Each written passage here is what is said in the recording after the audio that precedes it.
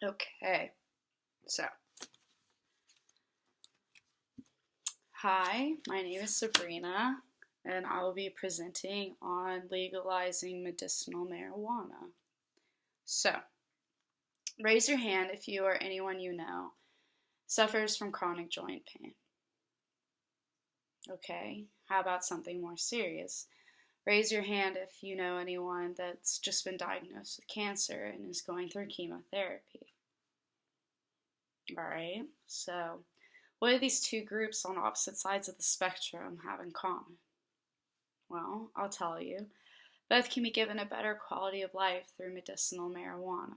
So, my goal today is to persuade those against medicinal marijuana to be more open minded to the practice and to hopefully reassure those already in favor.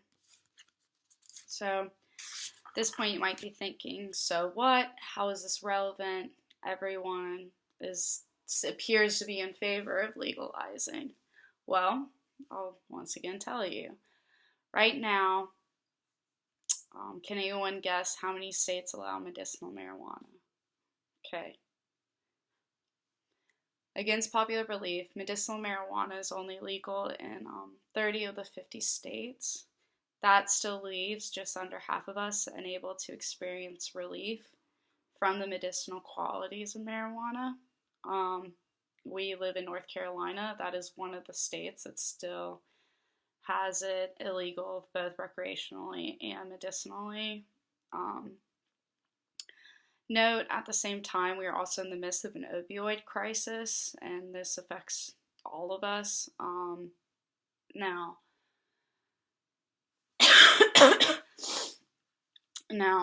the opioid crisis doesn't begin just from thugs and drug dealing and stuff like that on the streets, black market.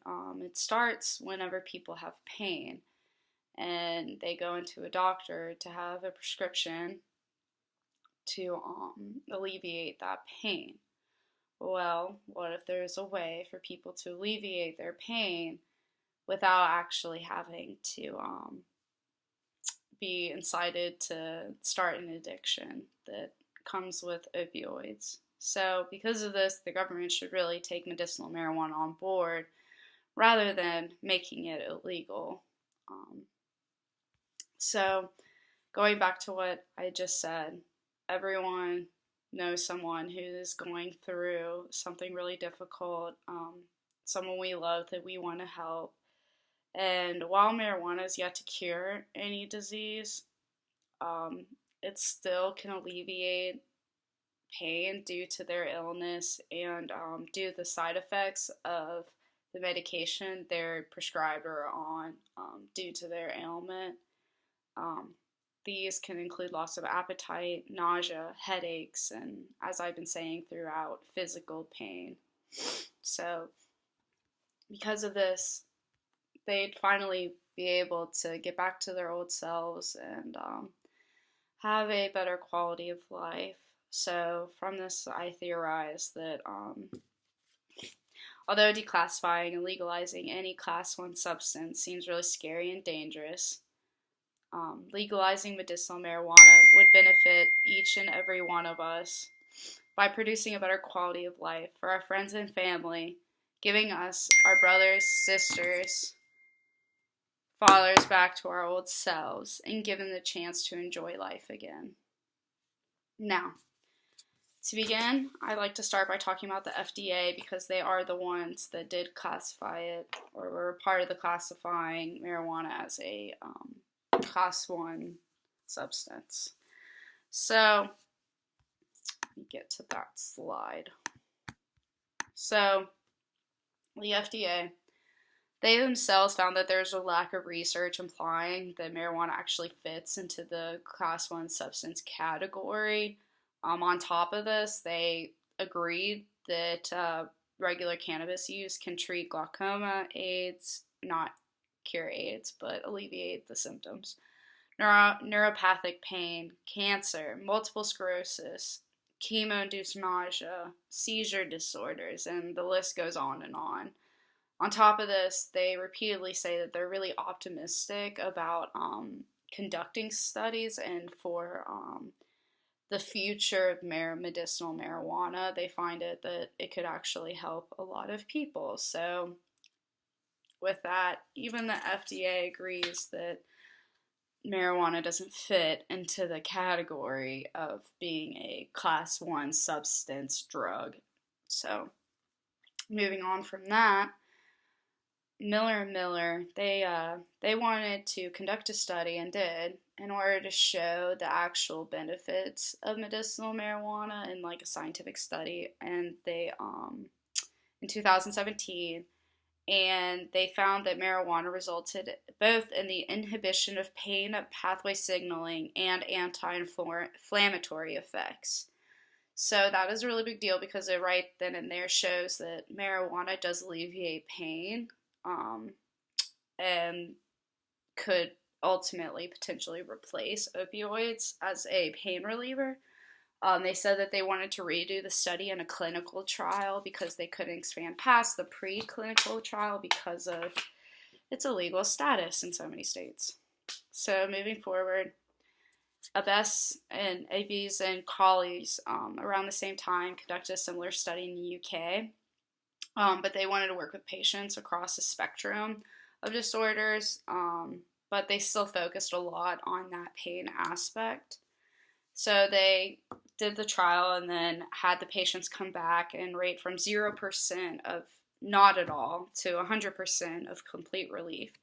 Asked them to respond on how they felt after using medicinal marijuana. And it found to be effective 3/4 of the patients, so 75% of the patients experienced relief of their pain symptoms due to the medicinal marijuana. So that's a big deal, because that's now not one, but two different studies that go to show that medicinal marijuana can help with pain. Moving forward, Bruce and colleagues, they also conducted a study. Like Abess, they worked with patients across the spectrum. In this case, with chronic illnesses of arthritis, Crohn's disease, spinal cord injury disease, and cancer. The spinal cord injury I really focus on, but now all would otherwise be on prescription painkillers, so that's important to note, because in their study, they're not only trying to find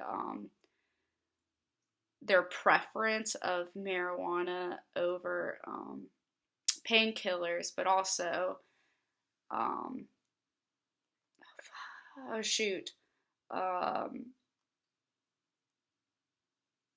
but preference how to use it, in terms of how they took it, in terms of if it would completely replace their previous medication, if they would take it at the same time as their other medication, or if they would taper off from their old medication to marijuana, or like if it would be a quick jump. And they found that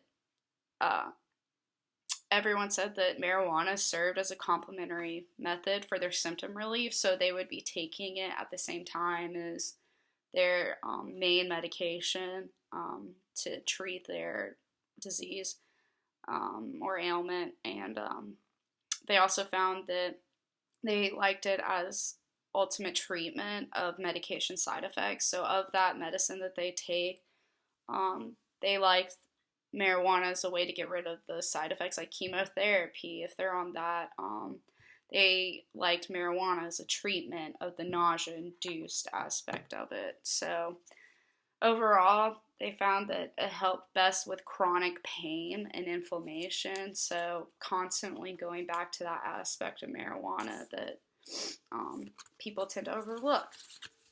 Now, there are many counter arguments that people put forward about legalizing medicinal marijuana. First, they say that there could be children and adult misuse, in terms of children accidentally poisoning themselves by finding it and just eating it, being kids, and adults who misuse it. Let's say it's, a family members, and then they take it, and then they, already should not be doing that.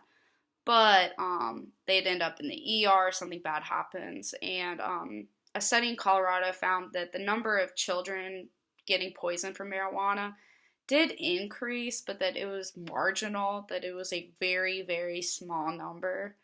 And with the number of ER adult visits, it also had increased, but it was due to unfamiliar tourists. They said that it was having to do with people that like really were not experienced with and didn't know what they were doing. So they just seemed like it wouldn't turn into an issue.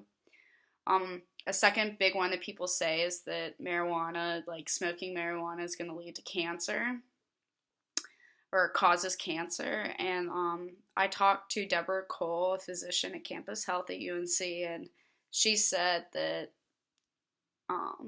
it does not cause cancer.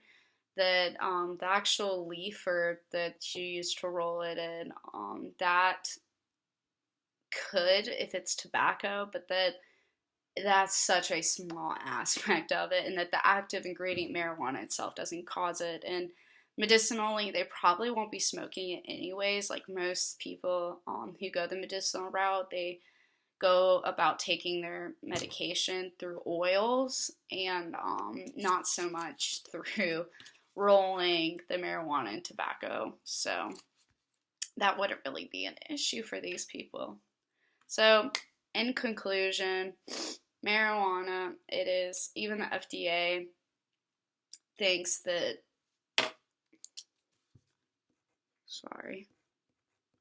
even the FDA doesn't think that it fits into a class 1 substance category. Not one, but two different scientists showed that it is a safer method of relieving pain than opioids. It is not physically addictive.